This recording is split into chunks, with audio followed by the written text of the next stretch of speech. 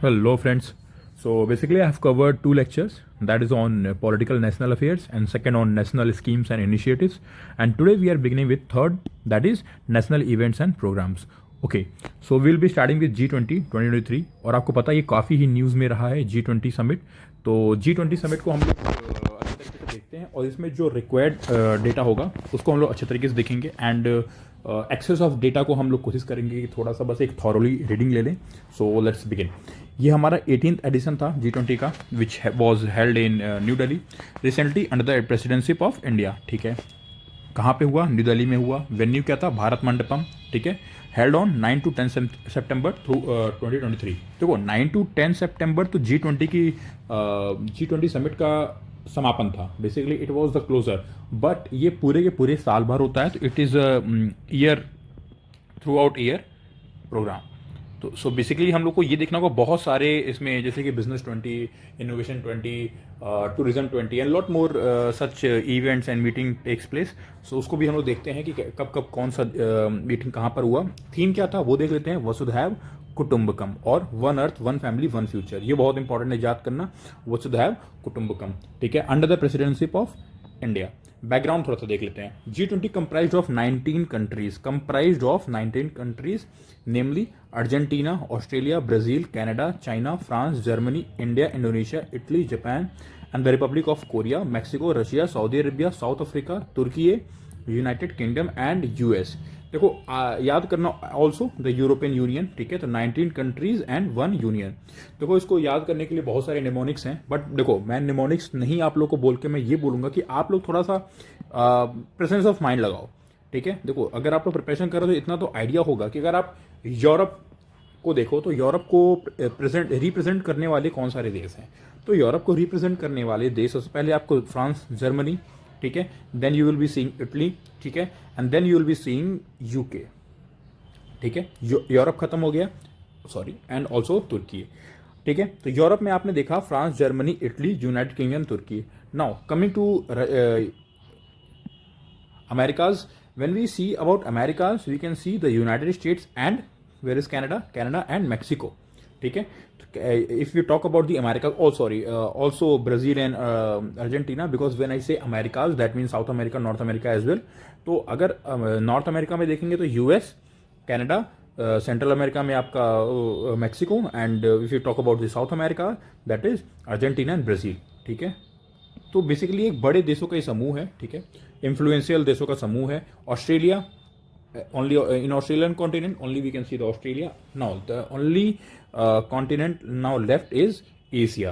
So when we see Asia we can see China, obviously, Indonesia, Japan, Korea, Russia, which is also in Europe, Saudi, and then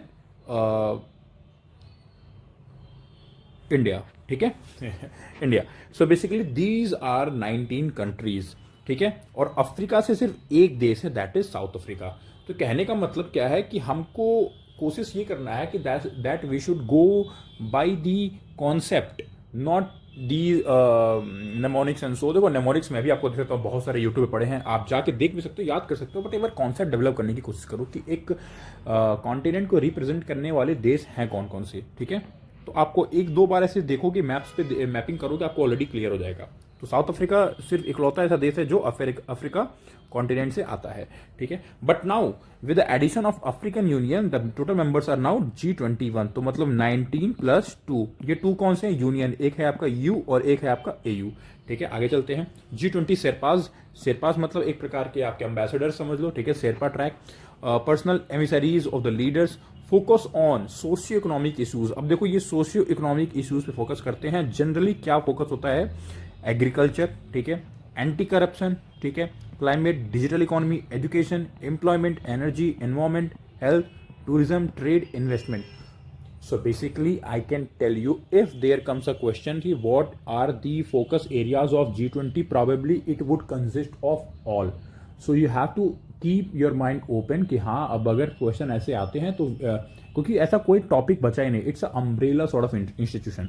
ठीक है, please do not get it confuse with terrorism, right, क्योंकि इसमें कहीं भी terrorism से related कहीं भी ऐसी बातें एज सच नहीं करी गई हैं. ठीक है, manage year around, I have already told you, year round negotiation, the shape of summit agenda and the coordinate G20 substantive work. ठीक है, इस बार हमारे इंडिया शेरपार कौन थे? अमिताभ कांत। आपको पता है कि he is also the x CEO of NITI Aayog. ठीक है, अभी करंट में who is the current CEO of NITI Aayog? Do right in comment. आप लोग कमेंट नहीं करते हो, मैंने बहुत सारे पूछ रखे हैं। ठीक है, you might be supposing as a new video, but मैंने बहुत सारे वीडियोस देखे हैं, जनरली सब हिंदी में है, एंड जो इंग्लिश में है वो इतने कॉम्प्रिहेंसिव नहीं है। So I am trying to complete the book that is I Drishti English medium in a very comprehensive way. So please, if I ask the question, please do write in the comment section and I'll be liking those answers.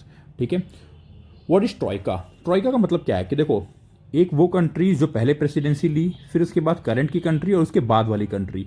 ठीक है, तो ऐसे 3 presidency holding countries का एक group बनता है। तो basically कोई सेक्रेटेरिएट नहीं है इनके पास, ये बात याद रखने वाली चीज। That is they do not, the G20 does not have a charter or a secretariat. ठीक है, the presidency is supported by the troika which includes the previous, the current and the incoming presidencies. तो इस बार का ट्रॉइका कौन सा था? तो इस बार का आपको पता होगा कि इससे पहले इंडोनेशिया में हुआ था। ठीक है, इंडोनेशिया में हुआ था, उसके बाद अभी इंडिया में हुआ है, और अब कहाँ हो रहा है? ये ब्राजील में। So this was the troika. तो we can see the current troika included Indonesia, India and Brazil. Next troika क्या होगा? नेक्स्ट ट्रॉइका होगा आपका, इंडिया हो चुका है। ठीक है, देन ब्राजील, और ब्राजील के बाद ये जाएगा, आपको बताना है कहाँ जाने वाला है। ठीक है, okay, so this is the question. South Africa, let's see which country will be holding up the next 2025, ठीक है, G20 summit. A non binding forum है। अच्छा, ये एक नॉन बाइंडिंग फोरम है। Its decisions are not legally binding and member countries are not required to implement. तो बहुत बार ये क्वेश्चन आता है कि इट इज लीगली बाइंडिंग और बाइंडिंग, सब कुछ नहीं है। Resolution are just opted. And देखो, ये एक प्रकार का सॉफ्ट इन्फ्लुएंशियल फोरम है। ऑब्वियसली अब दुनिया के 19 इन्फ्लुएंशियल देश आके कोई किसी बात पर एक म्यूचुअल एग्रीमेंट करते हैं, तो ये ऑटोमेटिकली अंडरस्टूड होता है that it will be implemented. ठीक है, what are the key points? India's G20 presidency is based on the central theme of Vasudhaiv Kutumbakam, that is one earth, one family, one future. ये महा उपनिषद से derive है। ठीक है, ये Sanskrit text, तो ये बहुत इंपॉर्टेंट है हमारे लिए। ठीक है, कहाँ से? महा उपनिषद से डेराइव्ड है। ठीक है, now let us see some more points. The logo of G20 chaired by India is inspired by the vibrant color of India's national flag, that is saffron, white, green and blue. ठीक है, आपको पता है केसरिया, सफेद, हरा और नीला। नीला आपका चक्र है। The logo depicts the earth with the lotus and national flower of India, representing the growth and challenges. ठीक है, लोटस क्या है? लोटस कहाँ ग्रो करता है? कीचड़ में। तो basically growth within the challenges, amid the challenges. तो it represent the growth and challenges. ठीक है, तो द 7 पेटल्स ऑफ द, आपको पता है कि जो पेटल बनाए गए हैं वो basically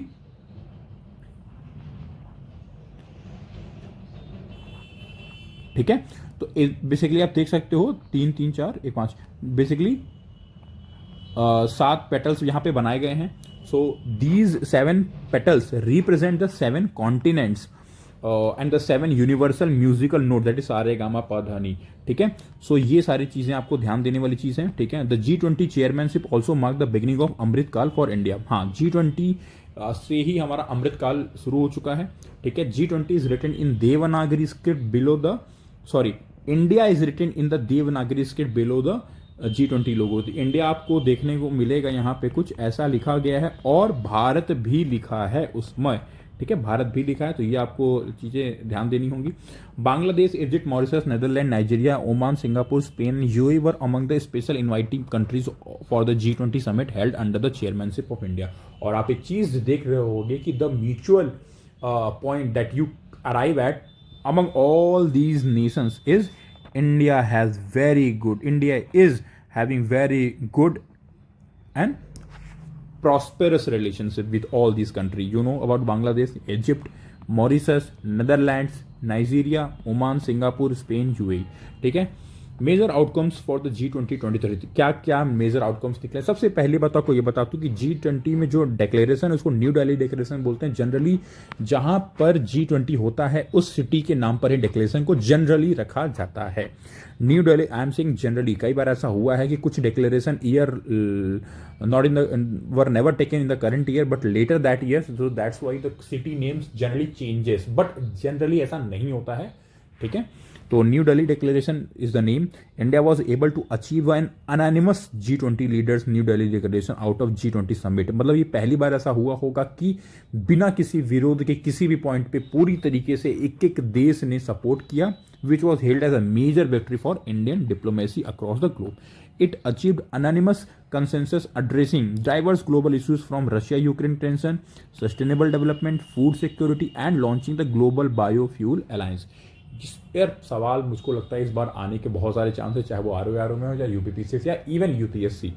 admittance of the African Union, ये भी बहुत इंपॉर्टेंट है। This move aims to enhance the representation of developing countries within the forum. आपको पता है कि India is becoming the voice of global south. ठीक है, सो ग्लोबल साउथ में चाइना भी आता है, आपको ये बात बता दी जा रही है। ठीक है, आगे देखते हैं। African union is a continental union consisting of 55 member states located on the continent of Africa, located on the continent of Africa. It was announced in the Sirte Declaration in Libya। अच्छा देखो, दो चार चीजें हैं आपको समझनी पड़ेंगी। Announce किया गया था लीबिया में, ठीक है। Block was founded in Aedes अबाबा, that is in Ethiopia, ठीक है। तो अनाउंस किया गया था लीबिया में, फाउंड किया गया था इथियोपिया में, लॉन्च किया गया था साउथ अफ्रीका में। तो आपको याद करना पड़ेगा ये चीज कि it was announced in Libya, ठीक है, it was founded in Ethiopia, और पहली जो मीटिंग या फिर लॉन्चिंग इवेंट रहा होगा वो हुआ था साउथ अफ्रीका में। चलो, सबसे इंपॉर्टेंट जो इस सेशन में हमारे लिए रहेगा G20 सेशन में, वो रहेगा GBA, that is global biofuels alliance. It is an initiative by India aiming to create an alliance among governments, international organisations and industry stakeholders to promote the adoption of biofuel. आपको पता है green initiative इनमें India का बहुत बड़ा योगदान है across the globe, और हमारे देश में बहुत सारे ग्रीन इनिशिएटिव लिए जा रहे हैं। GBA was launched with 9 founding members including India, US, Brazil, Argentina, Bangladesh, Italy, Mauritius, south Africa and UAE, ठीक है। तो आप देखोगे इसमें बेसिकली यूरोपियन कंट्रीज का इसमें ज़्यादा रोल नहीं है एक्सेप्ट इटली, ठीक है। इंडिया, US, ब्राजील, ठीक है, Argentina, Bangladesh, Italy, Mauritius, south Africa and UAE, ठीक है। और एक बहुत बड़ा डेवलपमेंट हमें देखने को मिला, that is IMEC, India Middle East Europe economic corridor. मतलब आप सोचो कि अगर अक्रॉस द वर्ल्ड अगर आप देखोगे तो इंडिया का ये जो कनेक्शन है, ठीक है, यहाँ पे Saudi Arab and then here all together we go from यहाँ पे मेडिटेरियन सी, और यहाँ पे पूरा यूरोप आपको देखने को मिलता है। अब ये इंडिया से जो, let me change the colour, ये जो आप इंडिया से कनेक्शन आप देखोगे via Mediterranean sea to Europe, इसके लिए प्रॉपर एक कॉरिडोर बनाया जा रहा है, और इस कॉरिडोर का नाम रखा गया है that is IMEC। IMEC means India Middle East Europe economic corridor. MOU, memorandum of understanding, was sign between India, US, obviously Saudi, क्योंकि that comes in between, and middle east में सबसे बड़ा देश है सऊदी अरेबिया, यूरोपियन यूनियन, ठीक है, UAE again the second most important country, France, Germany, Italy. तो आप देखोगे एक तरफ US है, ठीक है, एक तरफ यूरोप है, एक तरफ इंडिया है, ठीक है, और इसको कनेक्ट करने के लिए आपको सऊदी अरब, ठीक है, एंड UAE आएंगे। तो ये आप देख पा रहे हो कितना अच्छा इंटरकनेक्टेड एक प्रकार से ये IMEC बनाया गया है। Again IMEC is launched against BRI, ठीक है। ये जो BRI इनिशिएटिव ऑफ चाइना है, that is belt and road initiative, ठीक है, इसी के अगेंस्ट इसको लॉन्च किया गया, इसी को कॉम्पीट करने के लिए इसको लॉन्च किया गया है। तो देखते हैं क्या फ्यूचर होने वाला है, ठीक है। इसमें बहुत बड़ा रोल इसराइल का भी है, but since you know the current situation that is in Israel Palestine, तो उसको अभी देखते हैं आगे फंडिंग वगैरह कैसी होगी, ठीक है। तो यूरोपियन यूनियन और इसमें फ्रांस और जर्मनी का भी, फ्रांस, जर्मनी, इटली का भी रोल है। इंपॉर्टेंट चीज़ क्या है, जब भाई आपको IMEC नाम सुनने को मिलेगा तो आप सोचोगे UK भी होगा ही होगा, पर ऐसा नहीं है। तो ये बड़ी अंडरस्टैंडिंग वाली चीज़ रहेगी हमारे लिए। To establish the India Middle East Europe economic corridor, part of the partnership for global infrastructure investment. आपको पता होगा जब G7 समिट हुआ था 2021 में, तो उस वक्त ग्लोबल इंफ्रास्ट्रक्चर समिट को लेकर वहाँ पे बात करी जा रही थी, ठीक है। तो it was regarding that time. IMEC is a significant infrastructure project connecting India Middle East Europe, हमने ऑलरेडी डिस्कस कर रखा है। It involves the development of transport corridors including railways and sea lanes, ठीक है। मतलब एक तरीके से मल्टी मॉडल अप्रोच को यहाँ पे अपनाया जाएगा। Other events related to summit is meeting related to G20 were also organise in Uttar Pradesh, Lucknow, Varanasi, Agra and greater Noida. Lucknow में भी हुआ था मीटिंग, वाराणसी में भी हुआ था मीटिंग, और आगरा में भी हुआ था मीटिंग। अब आप ये देखते हैं कि, और ऑल्सो इन ग्रेटर नोएडा, ये देखते हैं कि इन शहरों में किस टॉपिक पर मीटिंग बेसिकली हुई थी। देखो टॉपिकल मीटिंग्स होती रहती हैं G20 में थ्रू आउट द ईयर, मैंने आपको ऑलरेडी बताया था। So let's see, on February 11-12 मतलब फरवरी में हुआ था, that is not important, but कौन सी टॉपिक थी, that is empower Inception meeting. Empower Inception meeting was held इन आगरा, ठीक है। So let me colour it, empower Inception meeting was held in Agra. Digital economic working group held in Lucknow. And cultural, obviously ये सबसे easy to like understand होगा कि जो cultural meeting है वो वाराणसी में हुई, ठीक है। और digital economy working group Lucknow में हुई। अच्छा, ये कैसे याद करें, इसको को रिलेट करने के लिए मैंने देखो एक को रिलेटिव निमोनिक कह सकते हो, या फिर ट्रिक कह सकते हो, जो भी आपको समझ में, या फिर हैक कह सकते हो। देखो आपको पता है कि यूपी में, यूपी में फर्स्ट AI सिटी डेवलप करी जा रही है इंडिया की, ठीक है। और वो कहाँ डेवलप करी जा रही है, लखनऊ में, ठीक है। तो ये भी एक करंट अफेयर का न्यूज़ है। अब AI सिटी डेवलप होगा, दैट इज आर्टिफिशियल इंटेलिजेंस, तो क्या लगता है कि वो डिजिटल सिटी भी होगी कि नहीं होगी, बिल्कुल होगी। और जो शहर डिजिटल होगा तो वहाँ का इकोनॉमिक ट्रांजेक्शन, सबसे इंपॉर्टेंट, डिजिटलाइजेशन कहाँ पे असर इफेक्टिव होता है, इकोनॉमिक ट्रांजेक्शन में। तो ये एक कनेक्टिंग द डॉट है कि नहीं, सो इस तरीके से मैंने इसे याद किया है कि देखो जब एक AI सिटी बनेगी, तो ऑब्वियसली बात है कि that will ultimately help the digital infrastructure, and digital infrastructure help eventually economy को करेगा। तो डिजिटल इकोनॉमी वर्किंग ग्रुप की मीटिंग कहाँ होनी चाहिए, ऑब्वियसली लखनऊ, ठीक है। तो इस तरीके से लखनऊ को हमने याद किया। कल्चरल मिनिस्टर्स की मीटिंग वाराणसी में हुई थी। तो देखो जब सवाल बनेगा, ठीक है, तो वाराणसी का हमें पता ही है, लखनऊ का हमें पता ही है, आगरा ही बचा है, तो आगरा के लिए याद कर लो एम्पावर। और आपको पता है कि आगरा में मुगल्स का बहुत ही बड़ा रोल रहा था, एंड दे वर वेरी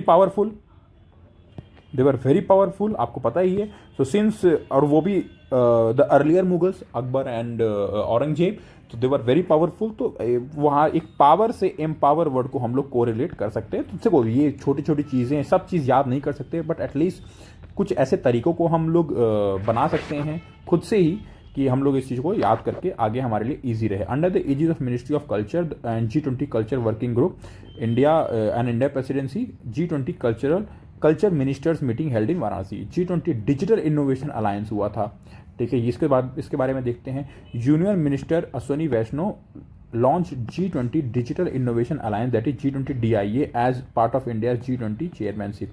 इसमें क्या था, वॉज ऑर्गेनाइज इन बेंगलुरु। अब देखो फिर अगेन इनोवेशन की बात होगी तो दुनिया का पता ही आपको, बेंगलोर को सिलिकॉन वैली ऑफ इंडिया बोला जाता है, और सिलिकॉन वैली में ही सबसे ज़्यादा इनोवेटिव स्टार्टअप्स एंड इंफ्रास्ट्रक्चर देखने को मिले अक्रॉस द ग्लोब, और same is happening in India. सबसे इंपॉर्टेंट चीज़ वहाँ पे भारत के सबसे इनोवेटिव इंस्टीट्यूट्स भी हैं, IISc Bangalore and lot more institutes, name HAL, फिर हिंदुस्तान एरोनॉटिक्स लिमिटेड, बहुत सारी बड़ी बड़ी वहाँ पे इंस्टीट्यूट्स ऑलरेडी हैं। तो इनोवेशन का कोई कमी नहीं है बैंगलोर में। तो बैंगलोर से और इनोवेशन से भी हमें कनेक्टिंग द डॉट लिंकअप कर सकते हैं। Demonstration of Indian art and culture, Bharat Mandapam inspired from अनुभव मंडपम। अब अनुभव मंडपम क्या है सर, तो अनुभव Mandapam was an arena where meetings used to be held in the kingdom या फिर in the empire of king Basavanna, ठीक है। अब किंग बसवन्ना कौन थे, एक ये आपको पता हो 11वीं सेंचुरी में बहुत ही बड़े साउथ में हमारे एक राजा हुए हैं, तो Bharat Mandapam inspired from the अनुभव मंडपम, ये उन्हीं की कृति थी। Bronze statue of Lord Nataraja जो कि चोला स्टाइल की है, ठीक है। कोणार्क चक्र आपको देखने को मिला होगा, जितने भी देखो ये लीडर्स नहीं आ रहे थे, चाहे बाइडन हो, चाहे मेलोनी हो, चाहे इवन हमारे ये कनाडा के प्राइम मिनिस्टर, ठीक है, ट्रूडो हो, ये जितने भी लोग आए थे, तो बैकग्राउंड में जो आपने बहुत बड़ी एक पेंटिंग देखी थी, या फिर आप कह सकते हो एक स्ट्रक्चर देखा था, आपने एक कवर देखा था, बेसिकली एक बैकग्राउंड कवर देखा था। वो बैकग्राउंड कवर किसका था? कोणार्क चक्र का था, ठीक है। Of Odisha sun temple and images of Nalanda university, ठीक है। एक आइकॉनिक बैकड्रॉप के लिए, हाँ मैंने बोला ना, एक बैकड्रॉप के लिए इसको यूज किया गया है। तंजावर की पेंटिंग्स, ढोकरा आर्ट भी यहाँ पे बहुत अच्छे तरीके से शोकेस किए गए। Brass statue of lord Buddha sitting under Bodhi tree, इसे भी शोकेस किया गया। डाइवर्स म्यूजिकल हेरिटेज, हिंदुस्तानी हो, फोक हो, कार्नाटिक हो, डिवोशनल हो, इसकी भी यहाँ पे प्रेजेंस को देखा गया। G20 is now G21 permanent membership African union in G20 in line with India versus voice of global south. मैंने बताया ना कि India is now becoming the voice of global south. तो इस वजह से भी इंडिया की जो बात रही है कि अफ्रीकन यूनियन को जगह मिलना चाहिए, तो ये हमें देखने को मिला, ठीक है। तो African union is now a part of G20 और ऑल्सो पहले से ही यूरोपियन यूनियन इसका पार्ट था। तो G20 कैसे हो गया? 19+1+1, ये यूरोपियन यूनियन और ये अफ्रीकन यूनियन, ठीक है। In now let's talk about Chandrayaan 3। आपको पता है चंद्रयान 3 23 अगस्त को लैंड किया है, तो उसके बारे में थोड़ा देखते हैं। India has created history as it become the first country to land on the surface of moon that is on south pole. देखो, अगर आप चंद्रमा पे लैंड करने की बात करो then we are fourth, but अगर आप साउथ पोल की बात करोगे देन वी आर फर्स्ट, ठीक है। तो दो चीजें हैं, प्लीज कंफ्यूज मत होइएगा। We are the first to land on the south pole, ठीक है। जैसे अर्थ पे साउथ पोल नॉर्थ पोल है, वैसे we are first to land on the south pole of lunar surface. The Vikram lander touched down, ये soft landing हुई थी, आपको बात पता हुई होगी, सॉफ्ट लैंडिंग हुई थी। Touch down on the lunar south pole at 6:04 PM। नहीं इतना डिटेल में जाना है, वी आर जस्ट, हाँ ये इंपॉर्टेंट है 23 अगस्त, क्यों? क्योंकि आगे इससे रिलेटेड एक और फैक्ट हमें जानने को मिलेगा। प्रोपेलिंग द कंट्री टू, कहां पे हमें लेके गया है? To an exclusive club of 4 and making it the first country to land on the uncharted surface. उसके पहले no one has ever landed on that area. Okay, India tried in Chandrayaan 2 but it was a hard landing and we lost the connection with lander. So far, the US, erstwhile Soviet Union and China are only countries to accomplish this feat. ठीक है, due to high risk to spacecraft minute before moon landing, the duration is dubbed as many as 20 or 17 minutes of terror. आपको पता है कि जब हमारी satellite यहाँ पर थी और ये हमारा लैंडिंग पॉइंट था, तो ये जो ड्यूरेशन था इसको हमने ये 20 से 17 मिनट्स ऑफ टेरर जनरली बोला गया। तो अगर ऐसे आता है कि it is related to Jammu Kashmir and so, it is related to the international organisation so, it is related to Chandrayaan and so, it is related to naxalites and so, तो आपको ऑप्शन सी पे जाना है, दैट इज चंद्रयान। तो इसको कोई सोचा नहीं होगा, बट अगेन 20 और 17 मिनट्स ऑफ टेरर। ठीक है, आगे देखते हैं। अबाउट चंद्रयान 3 जुलाई 14 को लॉन्च हुआ, ठीक है। तो और launch by ISRO, obviously launch from Shri, आपको पता है श्री सतीश धवन स्पेस सेंटर, वहीं से होते हैं जनरली, श्री हरिकोटा से ही होते हैं जनरली, ठीक है। लैंडिंग डेट 23 अगस्त, बजट 615, अगस्त 5 को ये सक्सेसफुली कंप्लीट किया था the lunar orbital insertion to successfully put the Chandrayaan 3 spacecraft into moon's orbit. आपको पता है कि अगर आप लोग स्पेस साइंसेस देखे होंगे तो मान लो ये अर्थ है, तो यहाँ से सैटेलाइट जब लॉन्च होती है तो ऐसे, तो कोई बेसिकली तो एक, फिर तो ये आपका मून है, तो ये जो एरिया होता है यहाँ से आपका मून की आप कह सकते हो कि ग्रेविटी का वर्क करना काफ़ी अच्छे तरीके से शुरू हो जाता है। तो उस एरिया को हम लोग बोलते हैं मून्स ऑर्बिट। तो the ISRO completed the lunar orbital insertion 5 अगस्त को कंप्लीट किया था to successfully put the Chandrayaan spacecraft into the moon's orbit. National space day, मैंने बोला था ना एक फैक्ट आने वाला, वो फैक्ट यही है कि अब से 23 अगस्त को नेशनल स्पेस डे मनाया जाएगा। By the way 23 August is my birthday, तो मैं तो कभी नहीं भूलने वाला। Landing site of Chandrayaan 3 Shiv Shakti, landing site of Chandrayaan 2 तिरंगा पॉइंट। ये बहुत इंपॉर्टेंट है। जब चंद्रयान 2 जहां पे लैंड किया था, अगेन मैंने बोला ना कि लैंडिंग हुई थी but it was a hard landing, तो कनेक्शन टूट गया था, ठीक है। And that name is known as Tiranga point. और चंद्रयान 3 तो एक सॉफ्ट लैंडिंग थी, तो उसको हम लोग शिव शक्ति पॉइंट भी कहते हैं। तो ये बहुत इंपॉर्टेंट है हमारे लिए, ठीक है। तो लॉन्चिंग डेट क्या है? लॉन्चिंग डेट है हमारा जुलाई 14। अच्छा देखो एक चीज़ आपको दिखाएं, जुलाई 14 मतलब 1 + 4 = 5, ठीक है। ये सक्सेसफुली इंसर्ट हो गया था मून ऑर्बिट में 5, और ये सक्सेसफुली लैंड हो गया था कौन से डेट पे? 23, दैट इज 5। तो मतलब देखो मैं क्या कह रहा हूँ ना कि मैं एक कनेक्ट द डॉट करने की कोशिश करता हूँ। कई बार क्या होता है कि म्यूचुअल चीज़ें ईजी जाती हैं याद करने को, ठीक है। 14 जुलाई मतलब 4 1 5, 5 अगस्त मतलब 5, 23 अगस्त मतलब 5। तो अगर अब मून से रिलेटेड कोई डेट आएगा तो मुझे याद है कि हाँ एक 14 जुलाई था, एक 5 अगस्त था और एक 23 अगस्त था। और ये जुलाई से मैं जून में कंफ्यूज नहीं होऊंगा, क्योंकि मून में जाने में इतना समय नहीं लगेगा कि आपको 2 महीने लग जाए, ठीक है। 1 महीने में easily that can be accomplish, because दूरी सिर्फ कुछ लाख किलोमीटर की है, ठीक है। The mission by Mohammed bin Rashid space centre sent a lunar rover named Rashid to the moon aboard ispace Hakuto R mission 1 lander. आपको ये बताना है Mohammed bin Rashid space centre ये किस देश का है? The option is Saudi Arabia या फिर UAE, ठीक है। आपको आंसर कमेंट सेक्शन में देना होगा। इट वॉज लॉन्च, आप अभी पॉज करो और अभी पहले आंसर लिखो, वो गलत हो सही हो नो मैटर, मैं उसको सही करूंगा, बट आप लिखो, डू नॉट गूगल इट। चलो let's go ahead. It was launched on 11 December 2022 as on a Falcon 9 Block 5 rocket, and the rover attempted to land in Atlas crater। ये भी एक Atlas crater एक मून लूनर सरफेस के area को बोलते हैं, ठीक है। इतना डिटेल में नहीं जाना, बस आप ये जान लो कि एक और देश ने ट्राई किया था, ठीक है। उस रिसेंट ये भी एक मतलब करंट अफेयर का ही एक पार्ट है, ठीक है। नहीं भी पता तो कोई बहुत बड़ी बात नहीं है। History of lunar expression, Luna 1 Soviet का पहली बार पहुंचा था, फिर अपोलो 8 गया था, अपोलो 10 भी गया था, और फिर वहाँ पे अपोलो 11 ने सबसे पहले नील आर्मस्ट्रॉन्ग को ले गया, the first person to walk on the moon. Smart 1 was the first lunar mission of European space agency. China's first lunar mission was Chang'e, वो 2007 में ही हो गया था। दीज आर द थिंग्स, तो ठीक है, इसको आप देख सकते हो। हाँ, किस व्हीकल से गया था ये बहुत इंपॉर्टेंट है। Launch vehicle was mark 3, that is GSLV Mk3 mark 3, ठीक है। और उसको हम लोग M4 ही बोलते थे। LVM3 is the operational heavy lift launch vehicle of ISRO and has a spectacular pedigree of completing 6 consecutive successful mission, and उसका height and lift off payload capacity इतना है 642 टन, मतलब 6000 kg से भी ज़्यादा का सामान लेके जा सकता है। This is the 4th operational flight of LVM3 and that launch the Chandrayaan 3 and to geo transfer orbit. Geo transfer orbit पता होता है वो ऑर्बिट जहाँ से मतलब मान लो ये आपका स्टेशनरी ये अर्थ ऑर्बिट्स हैं, लियो, HEO, MEO, आपके ढेर सारे ऑर्बिट्स हैं। ये जो ऑर्बिट है जो इसको लेकर दूसरे ऑर्बिट में फिक्स करता है, इसको बोलते हैं ट्रांसफर ऑर्बिट, ठीक है। चलो ठीक है, साइंस कभी स्पेस साइंसेस में मुझे कभी आप लोग बोलोगे लेक्चर लेने को, तो मैं क्विक एक आधे घंटे का लेक्चर लेकर आऊँगा। आप लोग वही सारे ऑर्बिट्स कितने प्रकार के होते हैं, हाइट के डिफरेंसेस पे होते हैं, ठीक है, और इंक्लिनेशन के डिफरेंसेस पे होते हैं, ठीक है, और इस हाइट हो गया, डिस्टेंस के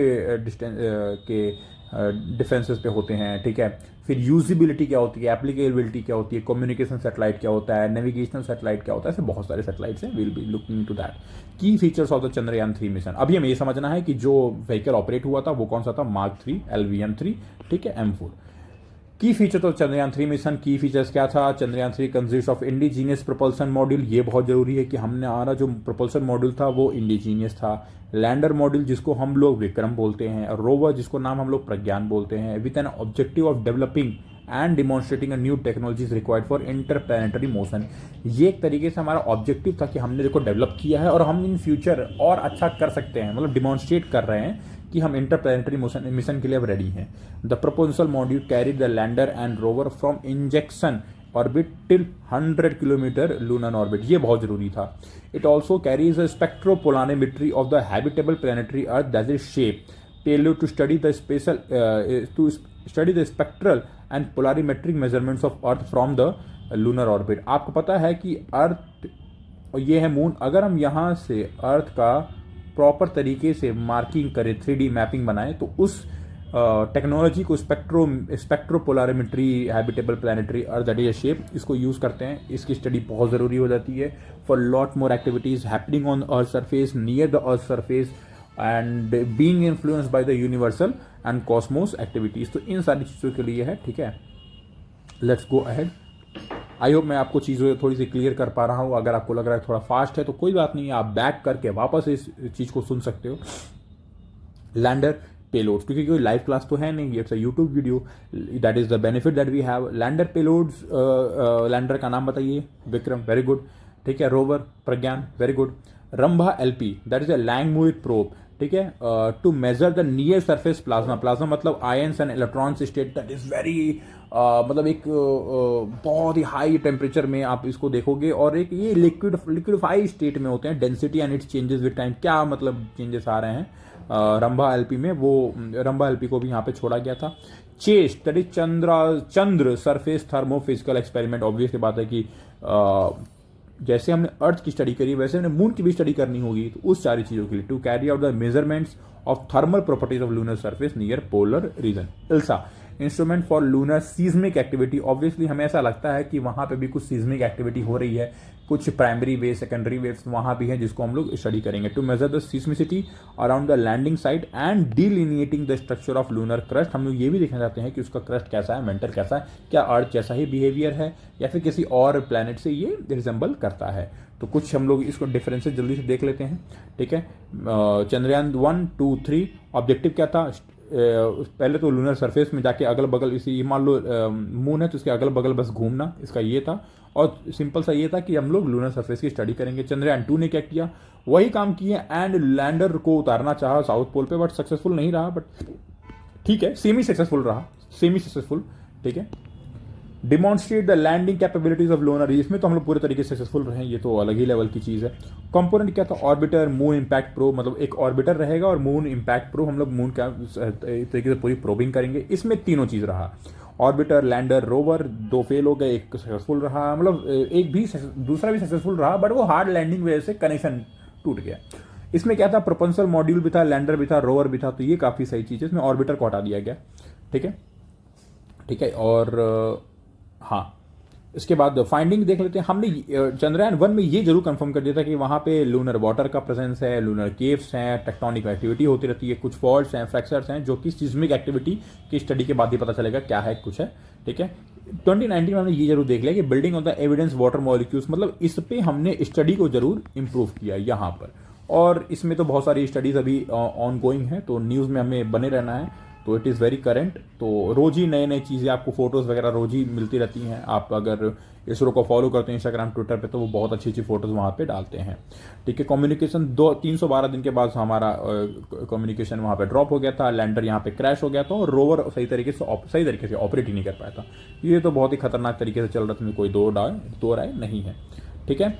लॉन्चिंग व्हीकल यहाँ पे हम PSLV का इस्तेमाल किए थे, ठीक है। यहाँ पे हम लोग GSLV MK3 का और सेम GSLV LVM3 को इस्तेमाल किए थे, पर इसको हम M4 अब बोलते हैं। जनरली थोड़ा सा एक स्टेज ऊपर है, अपडेटेड वर्जन है, जैसे हमारा एंड्रॉयड 11 से 12, 13 होता रहता है वैसा ही। लैंडिंग साइट इसमें नहीं था क्योंकि ऑर्बिटर मिशन था, यहाँ पे साउथ पोल था और यहाँ भी साउथ पोल था, यहाँ पे हार्ड लैंडिंग, यहाँ पे सॉफ्ट लैंडिंग, ठीक है। Central tribal university in Telangana, बहुत डिटेल में नहीं जाना है क्योंकि बस हमको ये समझना है ये आया कहाँ पे है। ये आया है मुलुगु, ठीक है, मुलुगु एरिया में आया है। और इंपॉर्टेंट क्या है, it is named after the tribal goddesses Sammakka and सरक्का। समक्का सरक्का के ट्राइबल गॉडेसेस हैं, ये गॉडेसेस हैं, ठीक है।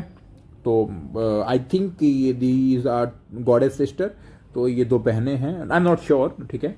बट अभी हमें ये याद रखना है कि ट्राइबल यूनिवर्सिटी आई है कहाँ पे, ये मुलुगु डिस्ट्रिक्ट में, ठीक है, समक्का और सरक्का, ठीक है। तो the bill was passed by Rajya Sabha through a voice vote after it was cleared by Lok Sabha, ठीक है। सेंटर अलॉटेड और या फिर एलोकेटेड 889 crore फॉर इट, ठीक है। On December 13 the parliament pass the central university amendment bill 2023 bill to establish central tribal university in Telangana. ये नहीं बोलना है, तो tribal university in Telangana Mulugu में ये स्टैब्लिश किया जाएगा on the name of Sammakka and Sarakka. Garba dance recognise as the intangible cultural heritage, यही आपका टॉपिक है, बस इतना ही ध्यान रखना है, इतना ज़्यादा डिटेल में नहीं जानना है। हाँ, इसके पहले भी कुछ intangible cultural heritage site declare हो चुके हैं इंडिया में, उनको देख लेते हैं, और कर्ता कौन है वो देख लेते हैं, ठीक है। तो चलो अंडरलाइन करने की चीज़ें शुरू हो जाती हैं। Recently December 2023 the United Nation Educational Scientific Cultural Organisation that is UNESCO officially added Gujarat iconic garba dance to its esteemed representative list of intangible cultural heritage. Intangible मतलब जिसको हम छू नहीं सकते हैं, ठीक है, इनटेंजिबल ऑफ ह्यूमैनिटी, मतलब ये एक सॉफ्ट मूव्स होती हैं basically. It was decided during 18 session of the inter governmental committee which took place in Kasane, that is Botswana, ठीक है। India was elected to be part of 24 member inter governmental committee of ICS, ठीक है, that is intangible cultural heritage of humanity to 2003 convention in 2022 for a tenure of 4 year, ठीक है।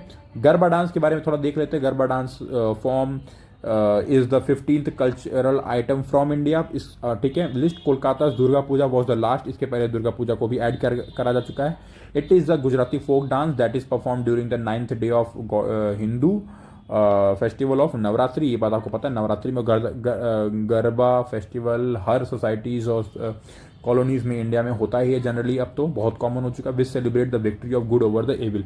अच्छा, एक चीज तो देखने वाली चीज है, जो गरबा वर्ड है वो गर्भ वर्ड से डेराइव है, ठीक है, from the Sanskrit word womb implying the life and creation. ये बहुत इंपॉर्टेंट हमें जानना, ठीक है। So again now coming to next topic, that is India mobile Congress. In the prime Minister Shri Narendra Modi inaugurated 7th edition of India mobile Congress. 7th edition था 2023, भारत मंडपम में ही हुआ था, क्योंकि अगेन आपको पता ही है ये one of the best exhibition centre है so far in the world, I can say. India mobile congress is the largest telecom media technology forum in Asia.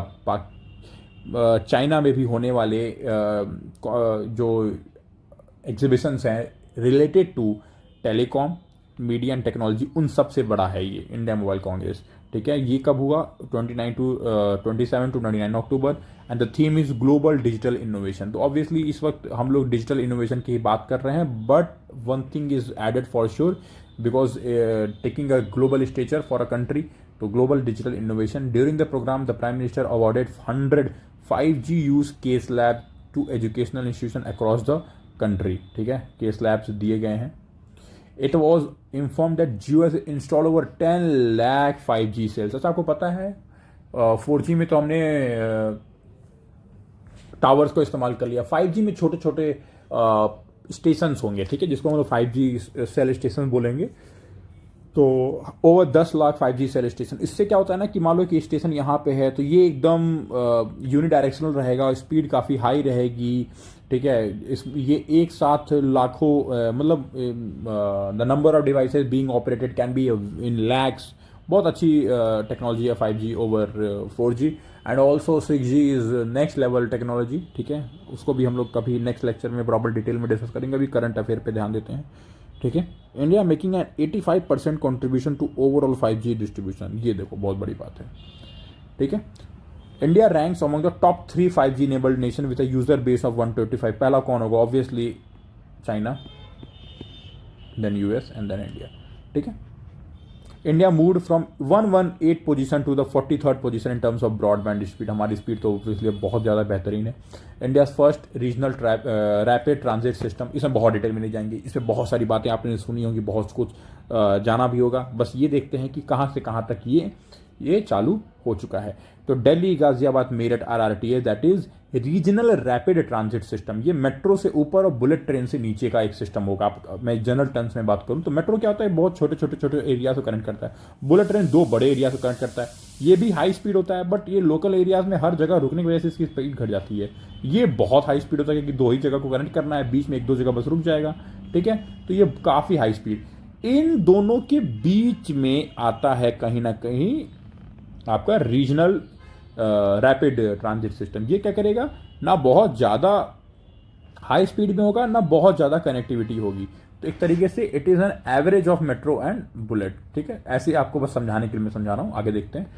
Eight कहाँ से किया inauguration? Sahibabad rapid x station, ठीक है। अच्छा, उस train का क्या नाम रखा गया है? उस ट्रेन का नाम रखा गया है यहाँ पे नमो भारत रैपिड एक्स, ठीक है, ठीक है। स्पेशल क्या है, ये भारत की पहली रैपिड रेल सिस्टम है। RRTS is new rail based semi high speed high frequency transit system which can attain speed of up to 180 km/h।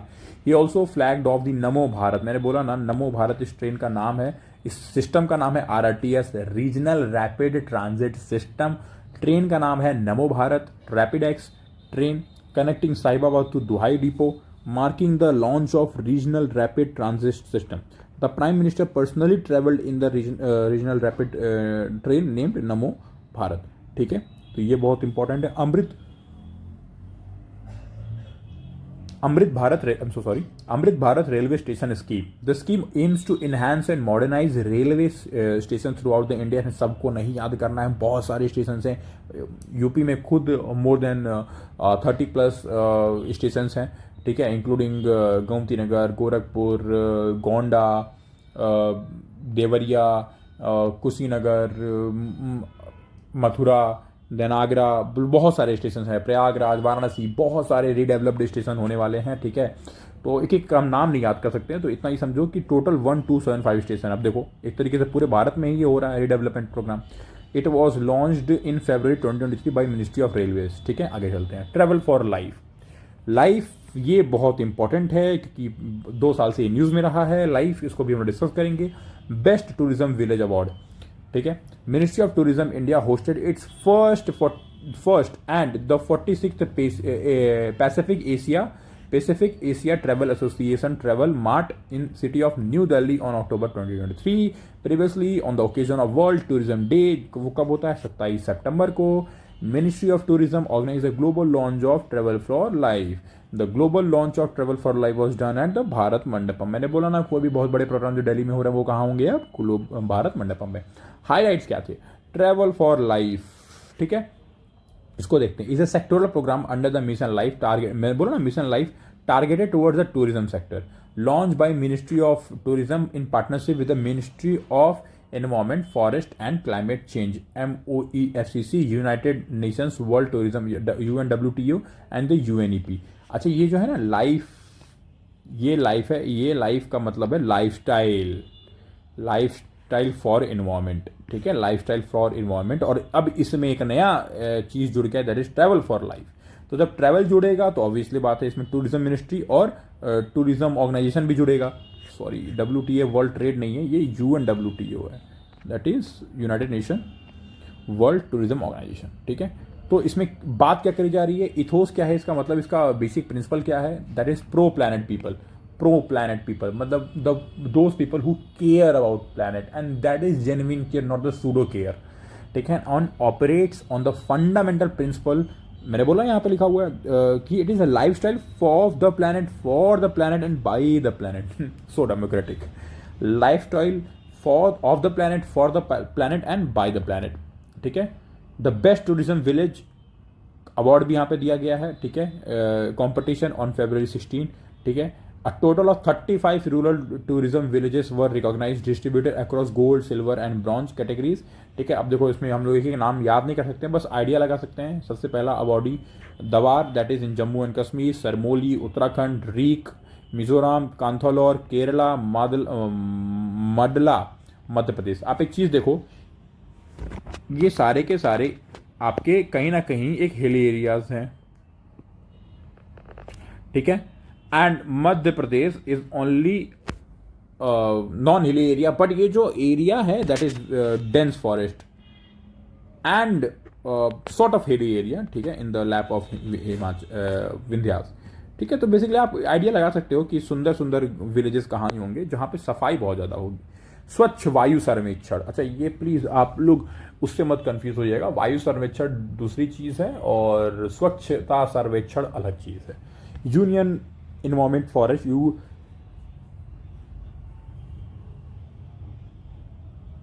And Climate change, minister Bhupendra Yadav on September 7, 2023 announce awards under the स्वच्छ वायु सर्वेक्षण clean air सर्वे इन भोपाल।